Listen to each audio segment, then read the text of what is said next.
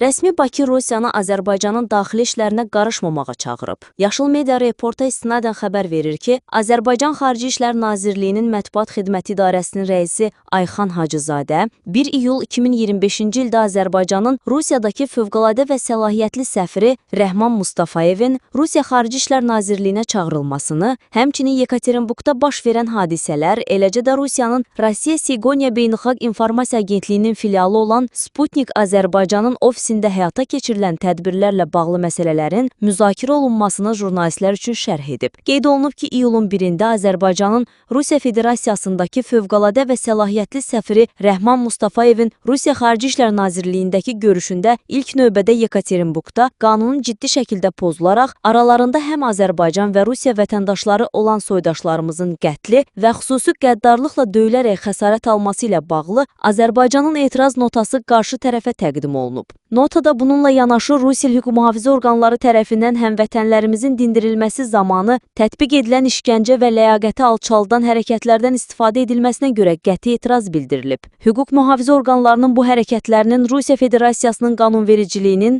və beynəlxalq səviyyədə qəbul olunmuş əsas insan hüquq və azadlıqlarının pozuntusu olduğu diqqətə çatdırılıb. Azərbaycan Xarici İşlər Nazirliyi filialının Bakı nümayəndəliyinin keçmiş tədbirlərlə bağlı səfir öz növbəsində Azərbaycanın mövqeyini qarşı tərəfin diqqətinə çatdırıb. Azərbaycan hüquq mühafizə orqanlarının ofisdə həyata keçirilmiş əməliyyat axtarış tədbirləri ölkəmizin qanunvericiliyinə və beynəlxalq öhdəliklərinə tam uyğundur. Xarici İşlər Nazirliyinin sözçüsü onu da bildirib ki, cari ilin 12 fevral tarixində Rossiya Sigonya Beynəlxalq İnformasiya Agentliyinin Federal Dövlət Unitar Müəssisəsinin Bakı filialının rəhbəri Xarici İşlər Nazirliyinə çağırılaraq, onların ölkəmizdə filial və nümayəndəlik kimi fəaliyyət göstərməsi üçün hüquqi əsas olmadığı diqqətə çatdırılıb və filialın fəaliyyətini 3 gün ərzində dayandırması haqqında bildiriş qarşı tərəfə təqdim olunub. Buna baxmayaraq qeyd edilən filial, Akkreditasiyası ləğv edilmiş Rusiya Federasiyasının vətəndaşları və filial qanunsuz şəkildə fəaliyyətini davam etdirib. Daxili İşlər Nazirliyinin məlumatında da qeyd olunduğu kimi, hal-hazırda sözü gedən qanunsuz fəaliyyətlə bağlı